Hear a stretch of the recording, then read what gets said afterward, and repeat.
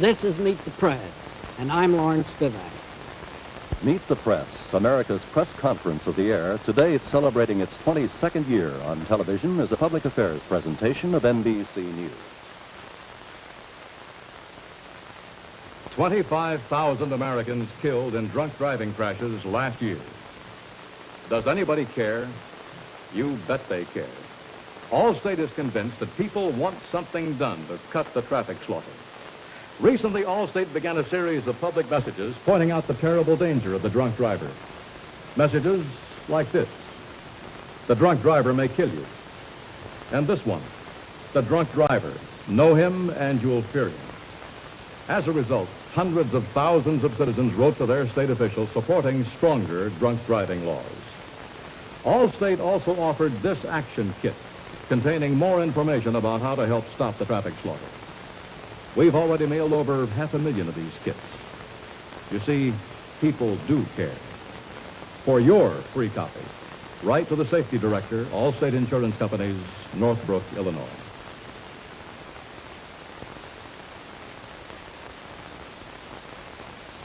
Our guest today on Meet the Press is His Royal Highness Prince Philip, the Duke of Edinburgh.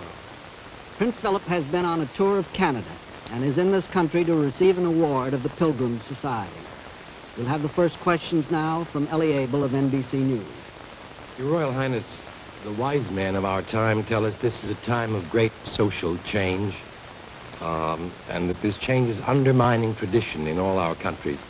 I notice with some interest the Queen will not this year deliver her traditional Christmas Day broadcast.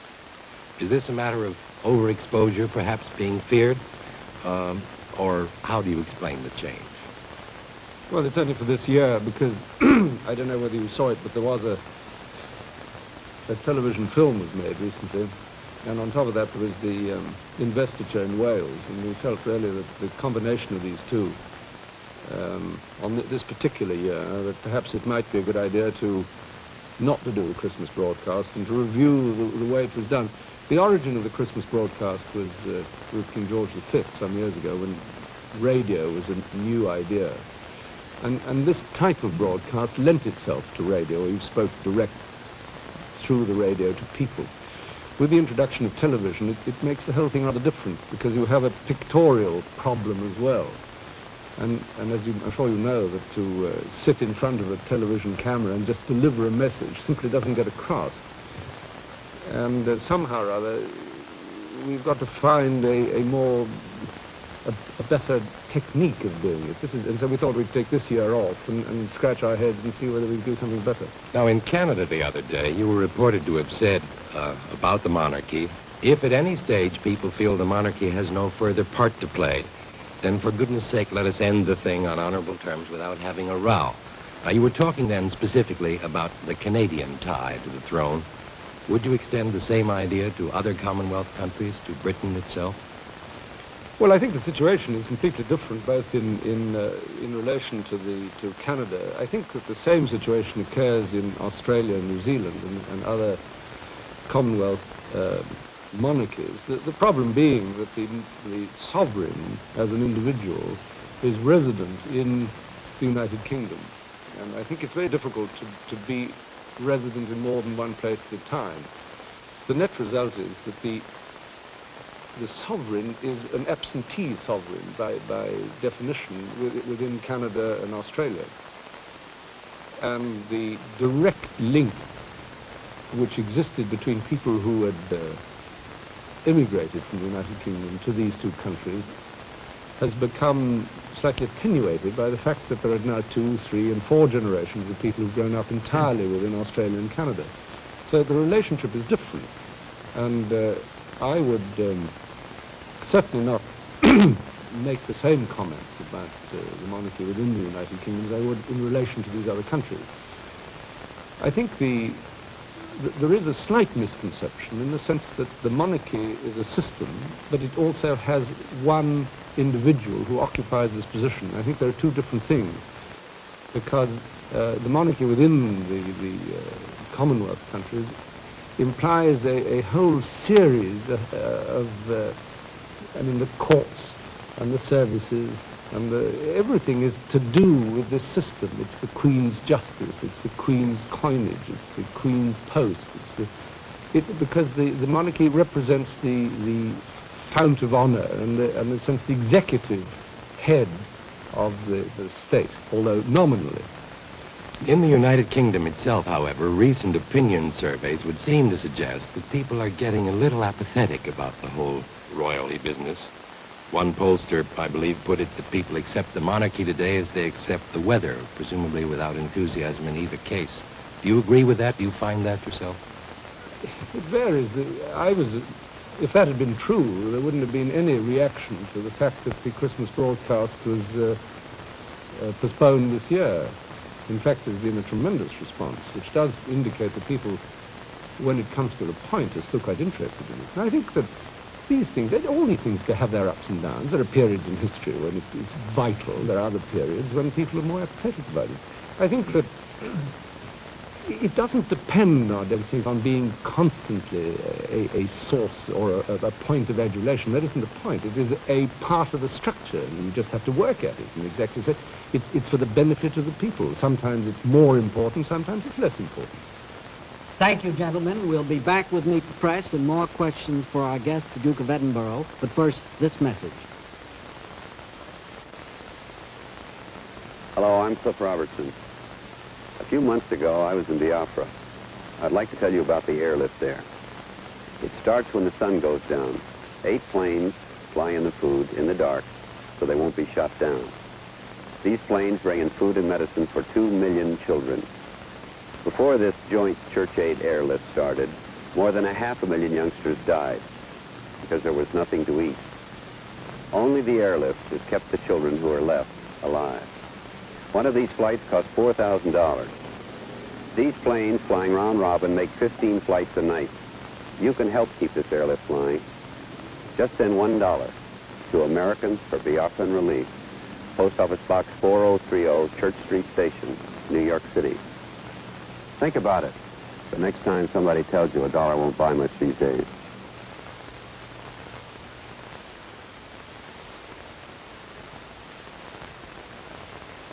Now, back to Meet the Press, an unrehearsed press conference. Here is our moderator, Lawrence Spivak.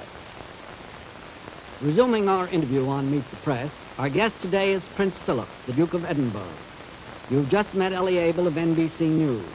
The other reporters on our panel today are John W. Heffernan of Reuters, Flora Lewis of Newsday Syndicate, and Marcus Childs of the St. Louis Post-Dispatch. We'll continue the questions now with Mr. Heffernan. Your Royal Highness, to follow up on your remarks about the monarchy, would you say that there would be a tremendous difference in the approach of Canada and Australia or New Zealand to this issue of whether the monarchy should be maintained? I'm thinking of Australia in particular, where you know that there is such a great feeling for the monarchy, and particularly for the Queen. Well, let me put it the other way around. No one has really come up with a better solution. Everybody says, well, or at least everybody says, when it's discussed on the basis that is the monarchy valid. I think that if you're going to discuss this, you ought to say, well, we have a better system which we'd like to put in its place. And I've yet to hear anybody who's actually produced a better one, or that would be acceptable. I think Canada is in a totally different situation. As you know, it has the added difficulty of having the state of Quebec, or a province of Quebec, which is a French-speaking and Catholic and really, in a sense, different in many respects from the rest of Canada. And this is a thing which up until recently was wholly a Canadian problem, and really I think that the Canadians have got this well under control. At the moment it's not so well under control, so that the situation in Canada is different to where it is everywhere else. But as I say, I think before we discuss doing away with one system, let's think if there's a better one. So to switch subjects, many parents these days have to ask themselves whether they are communicating sufficiently with their children. And as a father, have you ever had any doubts on this score? And do you believe there is a generation gap? Yes, I mean, I think that inevitably parents and children have a special relationship which cuts both ways. It's difficult to be... You can't help being a parent to your child, and your child is in that particular relationship to its parents, so that you create a different situation. I think that the generation gap is not so much between parents and children, it's between the fact that the present segregation is between age groups, in the sense that all children are packed off to school together, therefore they create much closer ties with people of their own generation than they do with people of other generations. In a mixed community or an urban community, I mean a rural community, that the children are associated with other generations all the time. In the present community, the children are together, the young people are together, the middle-aged go together, and then the old are sent off, to get out of the way altogether. Miss Lewis. Well, exactly in this connection, Your Highness, there are rather profound changes beginning in England in the structure of education, where in the past the educational system was very much a class system, which supported the aristocracy and in turn supported the monarchy. Now the changes are being advocated and are coming into effect. Do you think that this will change the position of the monarchy and the quality of British society? Well, the question is put in such a way that you assume there's a lot of conditions, which I would disagree with anyway. Because when you say that the educational system has supported the aristocracy, this is a complete misconception. In fact, if you'd like to put it the other way around, that the aristocracy has supported a certain type of school, okay. When you say that it was based on class, this is also not true. It was based on economic possibilities. The people who could afford to send their children to school did so. Since then, there's been an introduction of state education to take care of those people who couldn't afford it before. And this has been progressive. So I don't... If you put that interpretation on it, I think the question becomes rather different. And frankly, I don't think that whatever educational system, it doesn't really affect the structure of the state as such. What it does is to affect the structure of society, and you get a more perhaps egalitarian society. But that again doesn't affect the issue of the method by which you choose to have a head of state. You can choose it in a number of different ways. Obviously, you can have, as I said in Canada, you happen to know the name of the president of Russia, for instance. I don't think anybody's heard of him, but he's just elected or appointed, I don't know, but he's an entity as far as the rest of the world is concerned.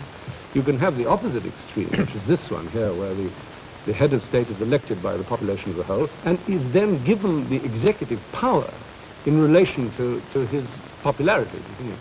With us, it happens to be that we just choose the son of the father. Somebody's got to do the job. Why not do it that way? It doesn't depend on any further structure within the society. Well, apart from the monarchy, then, the changes that have been proposed in British education, do you feel that these will change the firmness of British society? You've spoken often about the problem of greatness in Britain and the sense of things kind of falling apart at the seams and running down.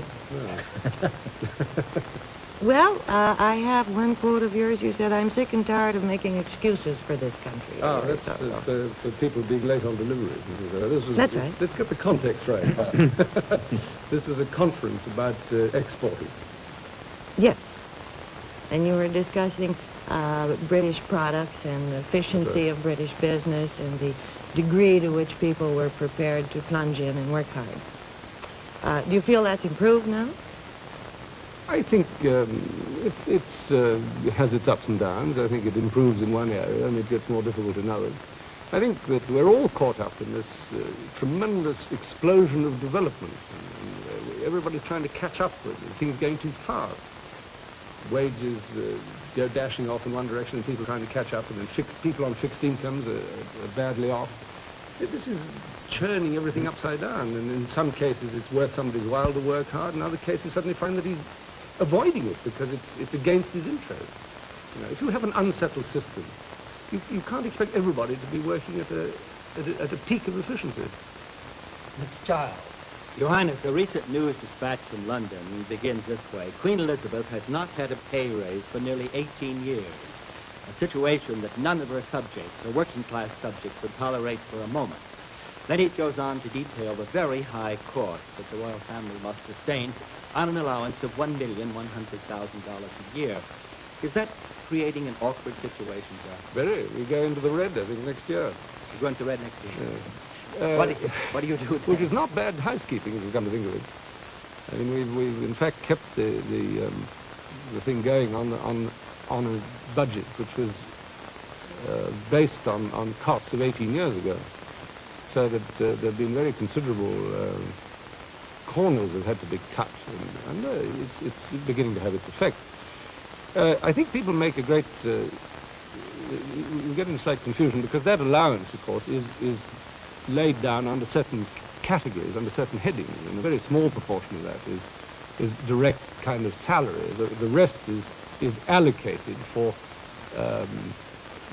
goods and services, in other words, food and supplies, and the other section is devoted entirely to wages and salaries, and then various special subjects, so that there's no question of just we get a lump sum and we can do what we like with it.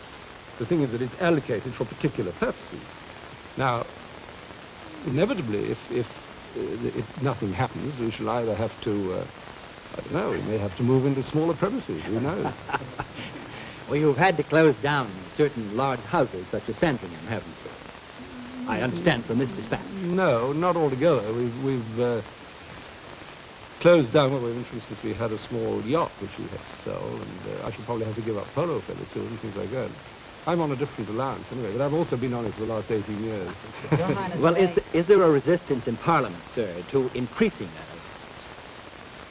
Well, I suppose so. I mean, I don't think anybody likes seeing money anybody getting any more money, frankly, except the people who are getting it themselves, you know. Your Highness, there have been reports which say that the British monarchy gets its strength and popularity because it hasn't changed. And then I've seen some that says it gets its strength and popularity because it has changed and become more modern. What's your opinion on that?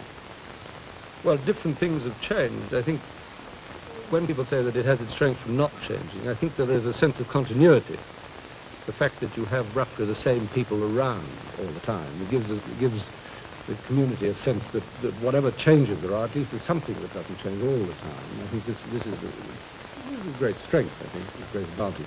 Well, why do you think the British monarchy is so strong, despite the fact that so many monarchies in Europe have died? Well, I think the British are more liberal in their outlook, and I think instead of most of the monarchies in Europe were really destroyed by their greatest and most ardent supporters. It was the most reactionary people who somehow or other tried to hold on to something without letting it develop and to change. I think in the United Kingdom, the monarchy, I think, for a long time has been much closer to the population as a whole, and therefore has responded has been more in touch and responded to different attitudes, whereas I think the monarchies of Europe were much more stylized, they were much more rigid in their concept, and this has eventually destroyed them. Mr. Abel. Your Highness, I know you've had a long time interest in promoting British trade, exports, and such. Among the more successful of Britain's exports in recent years have been the Beatles, a particular brand of popular music associated with certain youthful attitudes toward drugs, sex, lifestyle, as the young people call it in general. Is this an export in which you take particular pride? Oh, I think you've added an awful lot of other things to the Beatles. I think they make very good music, and from that point of view, I'm wholly support them. I think what they do with their private lives is really largely their business. I think that insofar as they encourage people to do things which are perhaps not in their best interests, I would deplore it. But I think musically, which is what they was main claim to fame, I think they've done a tremendous job, and they write some marvelous tunes. Mr. Heffernan. Sir, millions of people come to Washington each year and have the opportunity of going through the White House and visiting the state rooms. Do you think there would be any advantage in opening Buckingham Palace, say, to English visitors and those from abroad? Well, there is the chapel is bombed, and we had it reconstituted as a gallery, and so all the best things are put on display there. And this makes a very convenient showroom. This is really what they want to see. I think that the problem about opening it, in a sense, to casual tourists is that it's in almost constant use. And when you think that during the summer we have 3 or 4 garden parties when anything up to 8,000 people come to each, there's a lot of people go through it and see quite a lot of it, and then there are investitures and every kind of reception. There is a tremendous lot of people go through it. There are. You spoke of polo playing, that you said you may have to give up your harness, and the yacht that you had, but also you have done a great deal traveling both around the world and in Britain on serious problems of trade and exports and commerce. You called yourself at one time a merchant prince who has done a fair share of trumpet blowing, drum banging, and tub thumping for British exports. How much does that pay off? I have no idea. I don't know. I suppose it creates, I hope I can create perhaps an atmosphere in which people are more receptive to the hard sell, so to speak. I think that's what it's called. How are things going these days? Is there a noticeable improvement in Britain's position after the crises of the last few years? In some respects there is, yes. In other respects there are a great many problems to be sorted out. I don't think anybody would, for a moment, would be satisfied with, for instance, the record of days lost through strikes and things of that kind. I think there are improvements in techniques.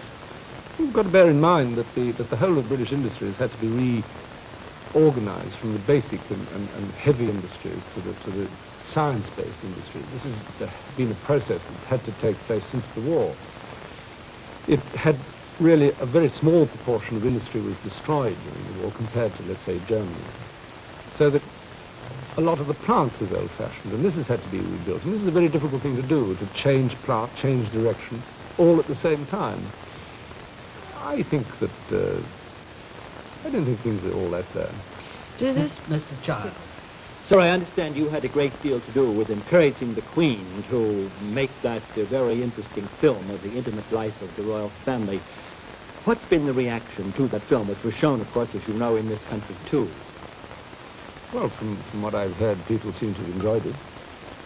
You believe that this, you don't think it broke down the barriers and took away the sense of majesty and remoteness of the royal family? Well, no, because I don't think that, I think this is quite wrong. There should be a sense of remoteness or majesty. I think there should be I mean, this is in the minds of the spectator. I think the point, what you've got to remember is that the film was made for a specific purpose, and it was owing to the fact that there was a tremendous amount of interest in the investiture of Prince of Wales in Wales. And a lot of people were wanting to make special films for it. And so we rather said, well, look, if we make special concessions to one group, we'll get at least one good film, and instead of half a dozen, rehashes of radio, newsreel material. That was the basis of it.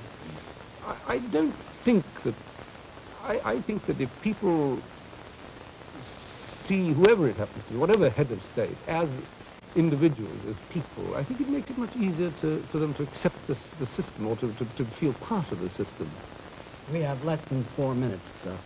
Your Highness, your grandfather was a king, your great-great-grandmother was a queen, Queen Victoria, and your wife is a queen. Have you ever thought to yourself, maybe it might be nice to be king, or have you thought, I'm glad I'm not king? Oh, yes, I'm glad I'm not. Mr. Abel. Your Highness, the British press seems to have got the idea that you dislike photographers and reporters generally. I can't imagine how all that started. But how much truth is there in this widely reported feeling of yours?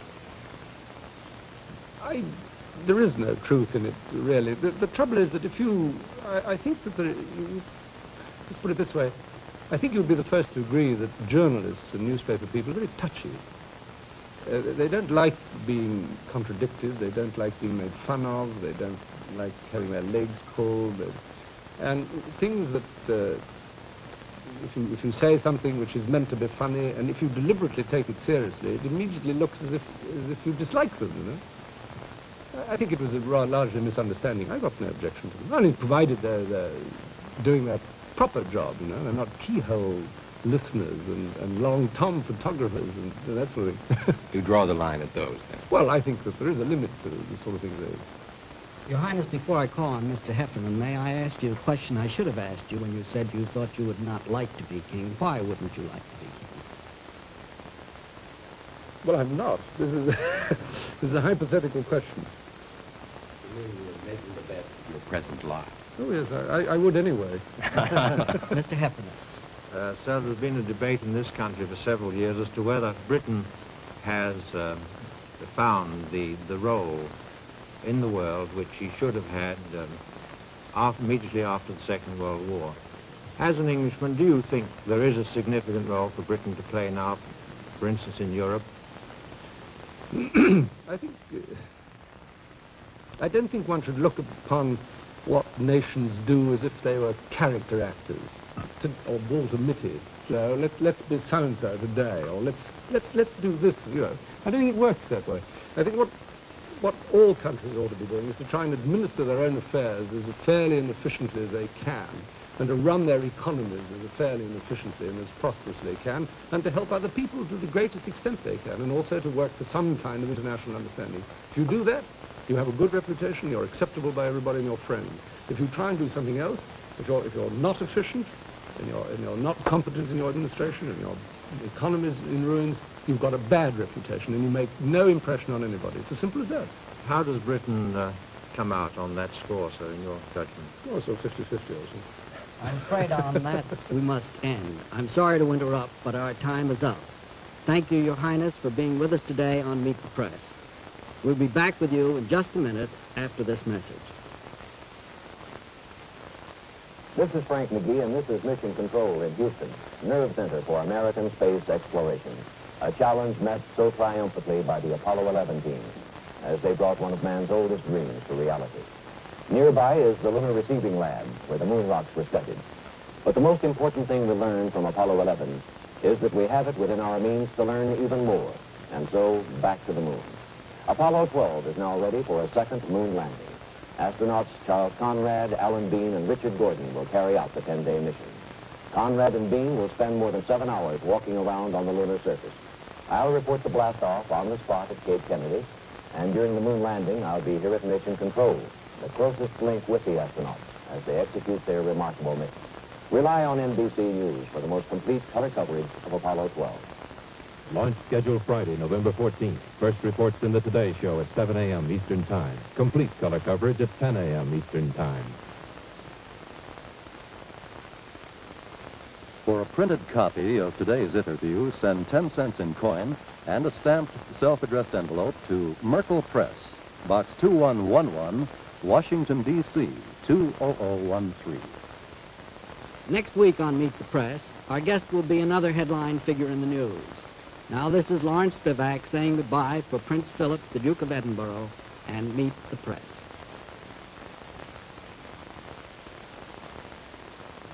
This Wednesday night is really special here on NBC. Where else could you find Bill Cosby, Johnny Carson, George C. Scott, Maureen Stapleton, Diana Ross and the Supremes, The Temptations, Jonathan Winters, and many others all on the same network on the same night? Join us for an evening of specials this Wednesday night right here on NBC. This is Maury Higdon speaking.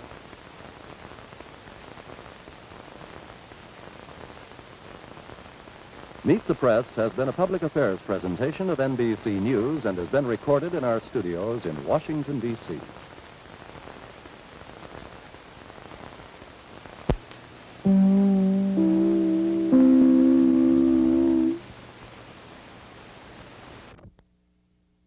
We thank you for watching, and remember, stay updated on breaking news and top stories on the NBC News app or watch live on our YouTube channel.